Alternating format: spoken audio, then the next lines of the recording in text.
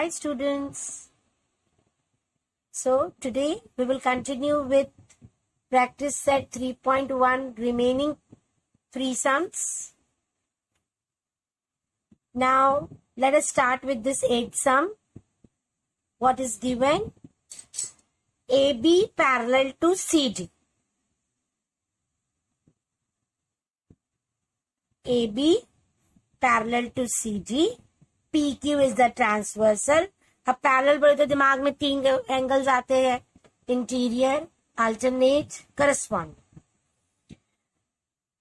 What else is given? PT and QT.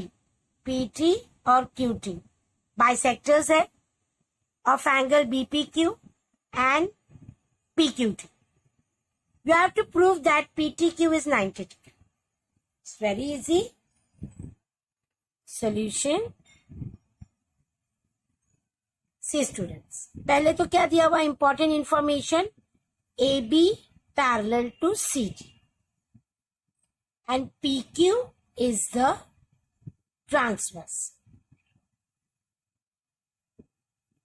Okay, अब transversal है तो अभी BPQ और PQD, ये देखो ये यहां पे क्या बन रहा है? बॉक्स.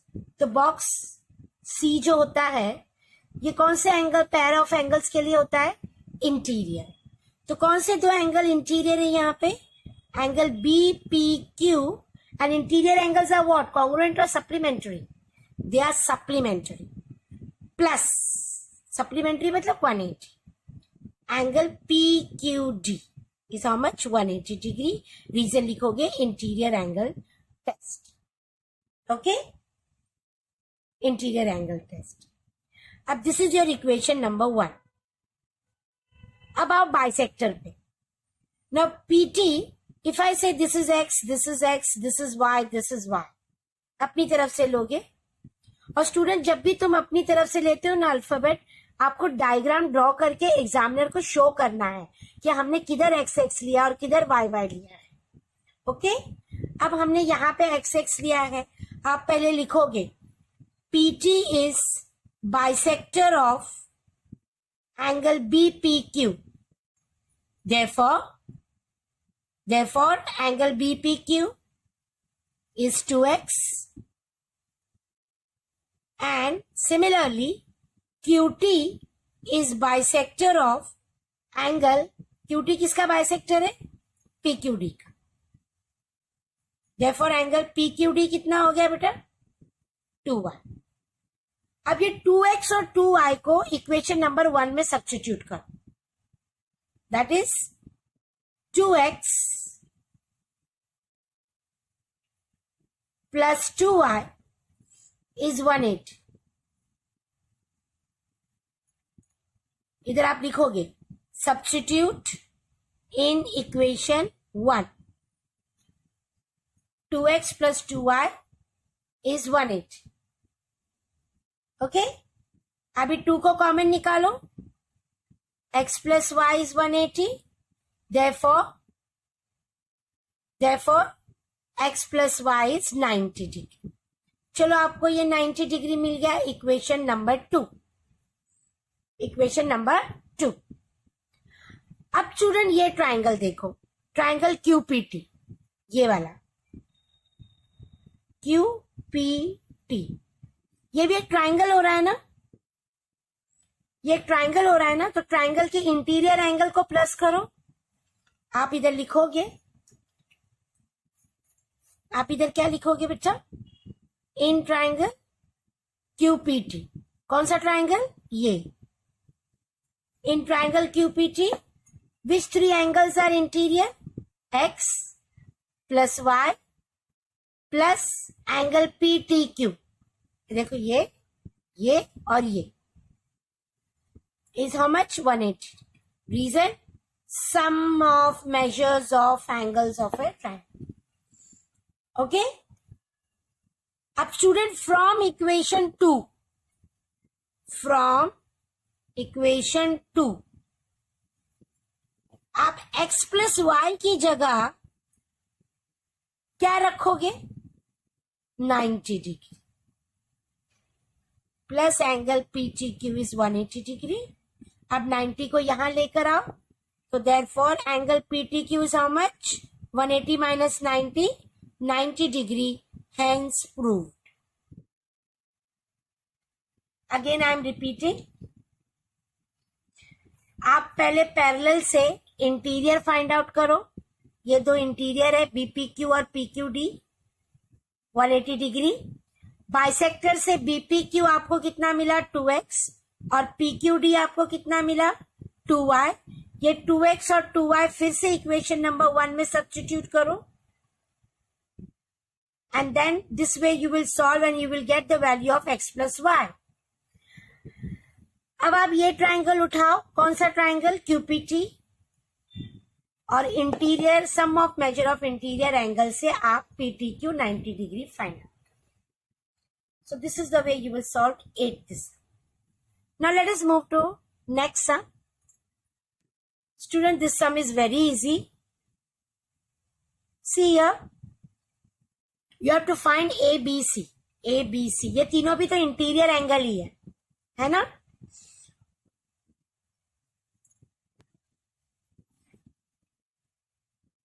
अब आप ABC कैसे फाइंड आउट करोगे? स्टूडेंट यहां देखो, यहां पे क्या रिलेशन आ रहा है B में और 70 डिग्री में? Solution, what is the solution? Angle B is equal to 70 degree, vertically opposite angles. Okay, फिर आप यहां देखो, यहां क्या मिल रहा है? Linear pair. Angle C plus 100 degree is 180 degree. Angles forming linear pair. Therefore, angle C is how much? 180 minus 100. Therefore, angle C is 80 degree. तो चलो, आपको ये 80 मिला, आपको ये 70 मिला। अब ये ट्राइंगल में एक 80 है, एक 70 है, तो आपको A कैसे मिलेगा? A मिलेगा सम ऑफ मेजर से। Angle A plus angle B plus angle C is 180 degree. Therefore angle A plus how much is B? 70 degree. C is how much? 80 degree. तो आपको angle A plus 150 is 180। Therefore, angle A is 180 minus 150, that is 30 degree. बहुत easy. 9th sum. Now let us move to the next and the last sum of this exercise. Now students, this question we have to go it very systematically. Then only you will understand step by step. Step by step हम जाएंगे. Okay? कैसे prove करना है, that we will do it. First information, BE parallel to GF, ये बहुत important information है। BE parallel to GF and these are the bisectors. EG इसका bisector है और FG ये DFM का बाइसेक्टर है। Okay, now we will go step by step. First, we will let this x and x, we will let this y and y. Okay? So, EG is bisector of angle DEF given.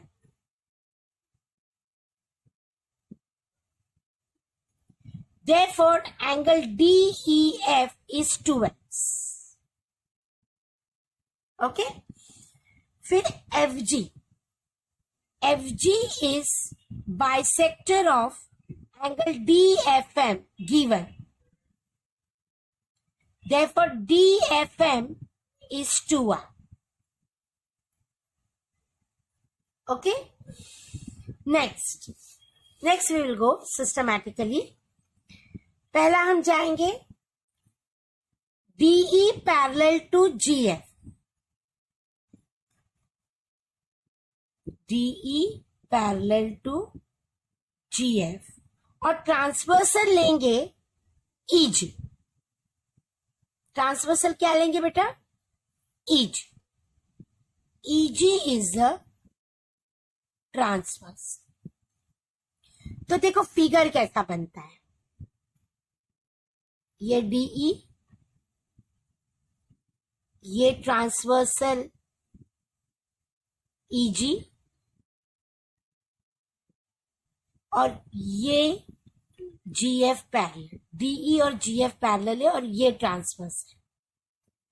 तो student यहाँ पे कौन सा shape बन रहा है? Alternate. तो कौन से दो एंगल कॉन्ग्रुएंट हो गए यहाँ पर? ये और ये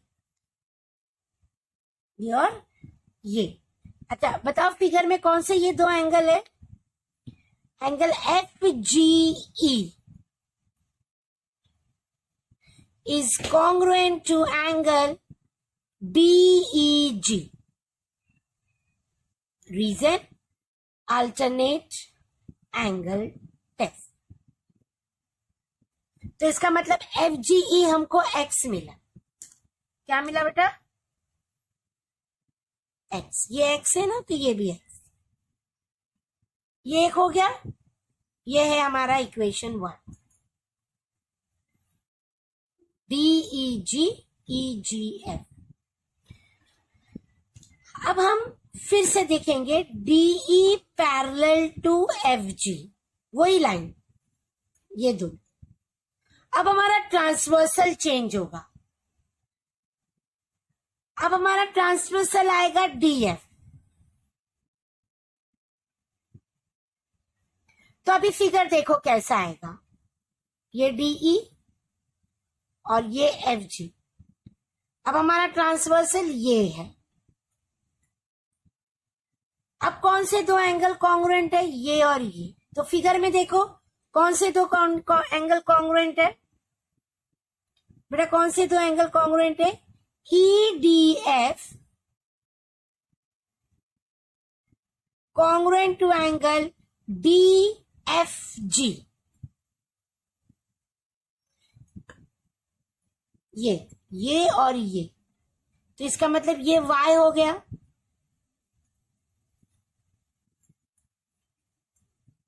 is that clear? Go step by step. Now next फिर से हम पैरेलल लेंगे.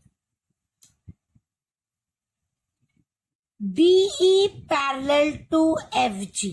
अब हमारा ट्रांसवर्सल तीसरा कौन सा होगा? EF.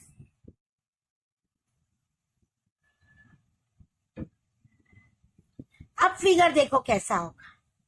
ये DE, ये FG. अब हमारा ट्रांसवर्सल ये है EF या EM. अब यहां पे फिगर कौन सा बन रहा है? देखो L shape.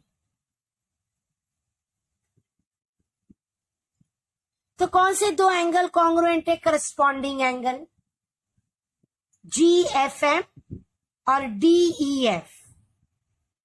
Angle DEF congruent to angle GFM. Reason? corresponding angle. अब DEF हमने क्या फाइंड आउट किया था? देखो यहां पे 2x is equal to GFM कितना है? देखो यहां पे y. इसका मतलब 2x is equal to y. अब हमको प्रूव क्या करना है? अच्छा, therefore x is equal to half y. 2 नीचे आ गया ना. अब हमारा x क्या है? देखो x क्या है? देखो DEG. therefore angle DEG. और y क्या चाहिए हमको? EDF. EDF. half of EDF.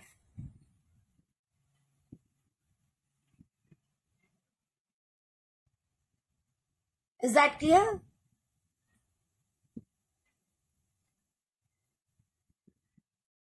Student, you have understood this, how we got this condition? DEG. Go systematically. पहले टीचर ने क्या बताया, बाइसेक्टर है। तो ये पूरा 2x है, ये x है और ये x है। आपको फिगर में बताना ये x है, ये x है, ये y है, ये y है। तो ये पूरा मिला के 2y है और ये पूरा मिला के 2x। उसके बाद पैरेलल का ट्रांसवर्सल चेंज करते जाओ। DE parallel to FG, EG is the transversal. तो ये दोनों सेम हो गए, तो ये x, ये x। Okay, alternate angle. फिर आपका ट्रांसवर्सल चेंज हो गया DF, देखो यहां ये y, ये y, अल्टरनेट है। फिर आपका ट्रांसवर्सल चेंज हुआ EF, EM करस्पॉन्डिंग। तो GFM जो y है इज कॉन्ग्रुएंट टू DEF जो 2x है, ये y है और ये 2x। So we got x is half y, but x क्या है according to equation, see here we have let it xx, so DEG हमारा x है और y क्या है हमने बता दिया, ये y, this are congruent. See this is y, आप चाहे तो इधर x लिख दो, आप चाहे तो इधर x लिखो और इधर y लिखो और इधर इक्वेशन 2 लिखो। So from 1 and 2 you can prove that DEG is half of EDF. को वेरी सिस्टमैटिक। अब हमारा second condition EF equal to FG। अब स्टूडेंट EF किधर है वो हम देखेंगे। देखो ये EF है और ये FG है। देखो I am drawing here, this is EF and this is FG।